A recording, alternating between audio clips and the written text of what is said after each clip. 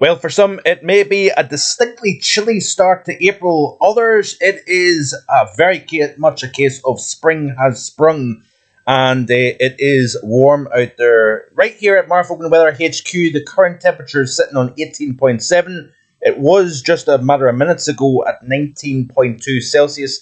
That's coming off a minimum of 2.9 Celsius this morning. So we are seeing the big swings diurnally between morning and afternoon at the moment, thanks to clear blue skies and plenty of sunshine. A very warm welcome to the Tuesday edition of Hogan's European Outlook. Hope everybody is safe and well, and if you are out and about, I hope you're enjoying that sunshine this afternoon. This is the current visible satellite imagery showing very sunny skies across much of Western Europe at the moment here. Different story, central, southern, eastern portions of the continent. We've got a massive cloud and disturbed weather here, but it's generally high and dry across at the western side of the continent at the moment. And like I say, temperatures are quite variable this afternoon. Where you've got the onshore breeze, water temperatures at the lowest of the year so far. We are talking about only 9 Celsius in Inverbervie, while we've got 19 Celsius at Inverness, Dalcross, and 19.2 at Kinloss at the moment. We have also got temperatures even down on the Norfolk coast of only 9.3, with a wind chill of 5.7. Another 9 at Donnanook of 8.8, wind chill 5.1. But then get the further west you go, as you start to lose that cooling influence of the North Sea, temperatures are much, much more pleasant. But even still, 13 and 15, probably at maybe even a fraction below average for the time of the year. So yeah, quite a lot of variation in terms of the temperature during the overnight period, where you've got the clear skies, which is quite widespread at the moment, but more importantly, winds light, temperatures are dropping below the freezing mark. So places that are sitting at 18, 19 Celsius at the moment dropped below the freezing mark. Aviemore, for example, minus 0.9 Celsius this morning, or minus 0.1, should I say, minus 0.9 at Tain. We've got minus 0.7 Aboyne. We had 19 Celsius yesterday afternoon, so we're seeing a swing of close to 20 Celsius in several spots between a 12-hour period. Looking at Europe as a whole then, and you can see that we've got pleasant conditions in particularly the west of the continent at the moment here. So yeah, we've got some pockets of slightly cooler across Central Europe, parts of Eastern Europe, but we're also talking about some decent warmth now into Iberia, southern portions of France. We've got temperatures around the mid-20s. And over the next couple of afternoons, you could be talking about temperatures 21, 22, even 23 Celsius in parts of sheltered UK. So even the Northwest Highlands could see temperatures knocking on the door of the low 20s, possibly this afternoon, but also tomorrow afternoon also.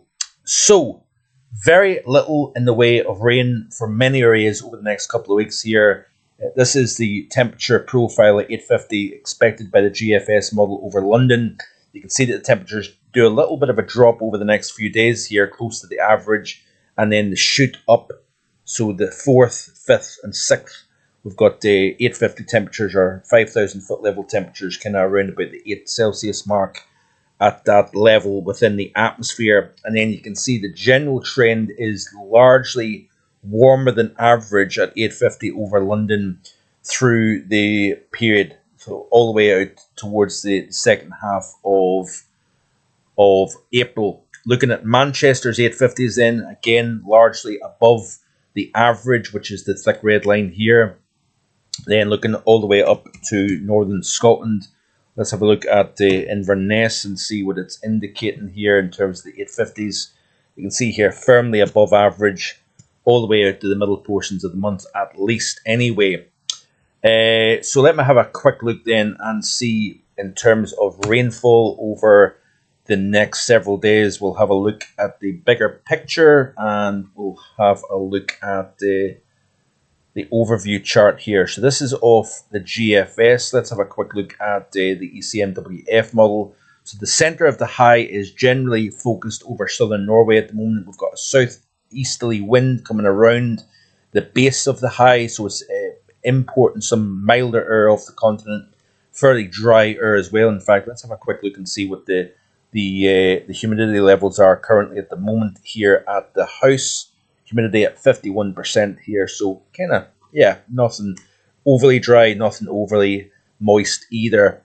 So back to the chart then, you can see here as we play through the next several days, not a whole lot to speak about. Again, where you've got the lightest winds under those clear skies, you've got also the warmest temperatures by day, the coldest temperatures by night. Classic for the time of the year, it has to be said. Then you notice here as we move towards the latter half of this week, we've got this area of low pressure that's knocking the door of western Portugal. That's going to start to see moisture from that system drift a little bit further northwards here and introduce something a little bit more unsettled here as we move towards the late week period. But we've got a pretty strong 1038 millibar high to the north of Scotland here. So therefore we've got this battle between a 991 millibar low west of Portugal and Spain versus a 1038 millibar high to the north of the UK. Moisture is going to be trying to push northwards, but it's going to come up against the resistance of this high. But if we look at the 850s here, have we got something colder coming in from Scandinavia? That is going to be the question. So let's have a look and see what it's indicating. At the moment, nothing major, but we are introducing something much more Arctic in terms of air mass into Norway, Sweden, and Finland. Play through this loop and see if it's trying to pull some of that colder in. It's doing a pretty good job at trying anyway. But again, the high that's centered over the UK and Ireland, delivering these diurnal fluctuations between day and night. You can see here that we're going to, essentially hold back. According to this latest run of the ECMWF model, we're holding back that cold because the high is almost anchored bang slap over the UK and Ireland. All the while, we've got the temperatures at 850 upwards of 15 Celsius over Spain and Portugal. So starting to introduce something a lot warmer now coming into southwestern Europe. Interesting stuff, isn't it? And you can see here, this is all the way out to Sunday the 13th. So pretty much bang slap towards the middle of the month. We've got very little in the way of weather to speak about. So let's go back, play through the loop here. You can see here that moisture tries to lift northwards. The high then starts to build north of the UK.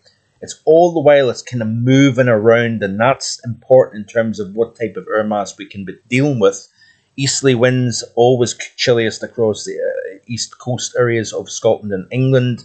Further west you go, the more the shelter, possibly a little bit of firn effect as well, drying out of those winds. As that wind blows off the North Sea, it's got an element of moisture, hence why you can get fret, har on the east coast. And then as that air mass then moves inland, it loses its moisture, and you see just clear sunny skies as a result. And with that sun, you get the warming taking place at this time of the year. But that high is very, very resilient all the way through till the middle portions of this month.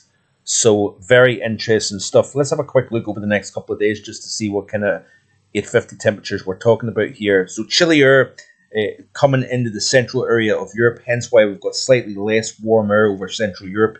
But on the western flank of the high, we've got that air just getting drawn subtly out of northwest Africa, over Iberia, and up into the UK here, and essentially trying to lift the temperatures here. But notice that we've got this cutting off of that southerly flow due to the easterly flow coming around the base of the high. So certainly an interesting setup for sure. Let's have a look at the total accumulated precipitation then and see what happens. And generally this gives you a pretty good idea where the high is positioned when you look at the driest areas. So all the way out to Friday, you can see here very little in the way of moisture. Central areas of Europe, including most of the UK, with the exceptions being Southern Ireland, South Wales and South West England. We've got that moisture coming northwards associated with that low near Iberia. Continue to play it through. Not a whole lot to speak about. And The GFS indicated a little bit more in the way of moisture. The ECMWF has very little through Thursday the 10th.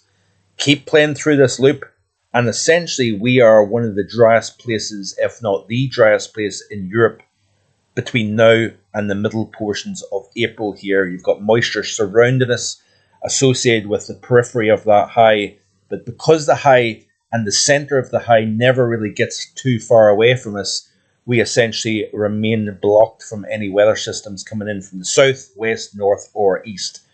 So certainly a very interesting outlook to come.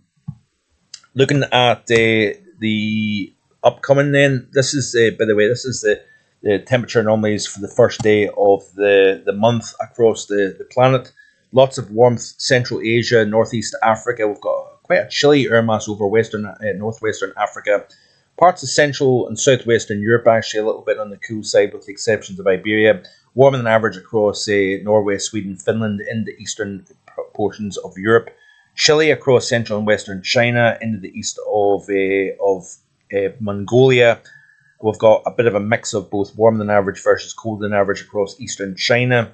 We've got most of Honshu below average, but Hokkaido warmer than average. Most of the United States is actually colder than average, as well as central and eastern Canada, Greenland.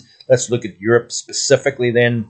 We will look at the Met Office stats, by the way, in tomorrow's video in terms of how March panned out in terms of rainfall and also temperature anomaly. It will be, it'll go down as one of the milder Marches and also one of the drier Marches as well. So these are the temperature anomalies according to CDAS for the first day of the month. Warmer than average across the north, slightly below average, interestingly enough, across East South Wales. And much of England is actually slightly below average with that easterly flow coming in off the North Sea. Below average across the Netherlands, much of France and into Germany. Warmer than average across Iberia. Firmly warmer than average across the east of the continent as well. So let's have a final look then at the model output. Let's have a look at the GFS ensemble and we'll round things up there. So just bear with a second. This is the upcoming, well, this is the current situation. We've got the strongest heights across the UK and to the north. We've got that trough west of Iberia, east of Iberia, all the unsettled conditions associated with that. Let's have a look at the upcoming 5-day period of the model then. This is how things are looking then. So we've got a trough stuck over the eastern med. We've got another trough, stronger, larger, west of Iberia, keeping things fairly unsettled. But that high is protecting us from any weather coming in from the south. And upcoming 5 days, temperature anomalies warmer than average and moisture levels we've got drier than average over the next 7 days. I hope you're enjoying the content here on the channel. Obviously, the live stream back on Sunday was a good one, looking at the global picture. On Saturday, I released the April Outlook. That is now in written form on marfieldweather.com. There is a link in the description below for that. But stay tuned, lots more to come. We're going to look at the stats from March in tomorrow's video. We're also going to look at the sea surface temperatures, both in the Atlantic as well as the Pacific. Some chat with regards to the hurricane season and initial thoughts, and also continuing to talk about the broader picture with regards to the rest of spring and possibly towards the early portions of the summer. So lots of reason to stick around here in the channel. It's absolutely free content, 6 days a week. Hope you can stay tuned and stay with me. Enjoy the rest of your Tuesday, and if you're in the warm sunshine, enjoy as well. Bye-bye.